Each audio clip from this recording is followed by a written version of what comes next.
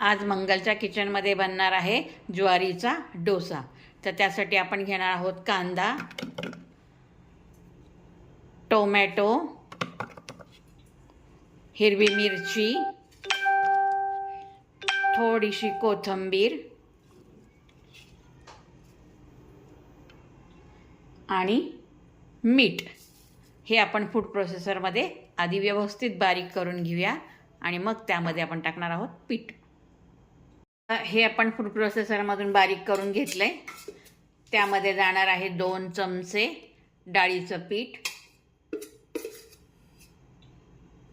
आणि 1 मोठा चमचा ज्वारीचं पीठ। आपल्याला जेवढं बनवायचं आहे तेवढं आपण त्या ठिकाणी त्यामध्ये टाकणार आहोत। हे मिश्रण आपण आता एखाद्या बाउलमध्ये काढून घेणार आहोत आणि मग याचे आपण डोसे करणार आहोत। आता आपलं हे मिश्रण तयार झालेलं आहे, ज्याच्यामध्ये आपण कांदा, मिरची, टोमॅटो, कोथिंबीर, हे मीठ वगैरे घालून चांगलं वाटून घेतलेलं आहे, ज्वारीचं पीठ, डाळीचं पीठ। आणि आता आपण ह्याचं सोडणार आहोत डोसा। आपण त्या ठिकाणी बऱ्यापैकी मोठा डोसा सोडणार आहोत। गॅस बारीक ठेवायचा आहे आता ह्या वेळेला आणि मस्त त्या ठिकाणी डोसा पसरून घ्यायचा आहे आणि भाजून घ्यायचा आहे आणि पुदिन्याच्या चटणी बरोबर सर्व करायचा। खूप छान होतो हा डोसा।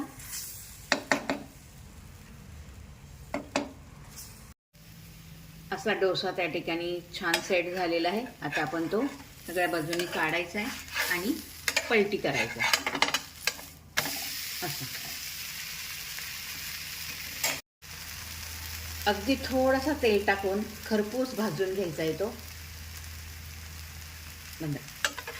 डोस्याबरोबर खाण्यासाठी करणार आहोत चटणी। त्यासाठी मी घेतलेले आहेत एक 8-10 बदाम, काही मिरच्या, हिरव्या मिरच्या, मग आपण घेणार आहे थोडासा आल्याचा तुकडा, मग घेणार आहे आपण काही लसूण,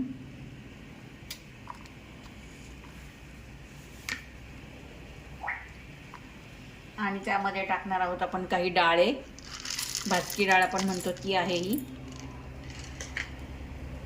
त्यामध्ये आपण पिळणार आहोत थोडंसं लिंबू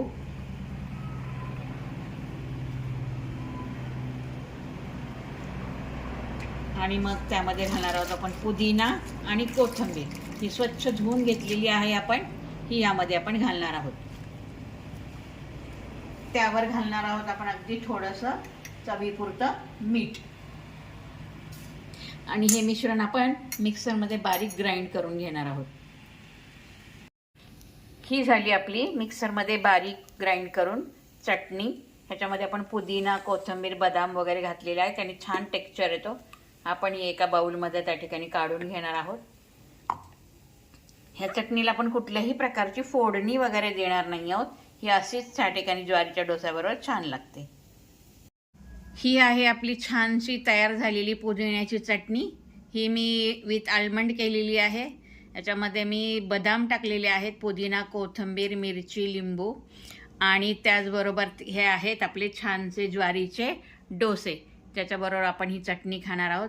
खूप हेल्दी रेसिपी आहे। आवडली असल्यास लाईक करा, शेअर करा, कमेंट करा आणि मंगलच्या किचनला अजून रेसिपींसाठी सबस्क्राईब करा। धन्यवाद।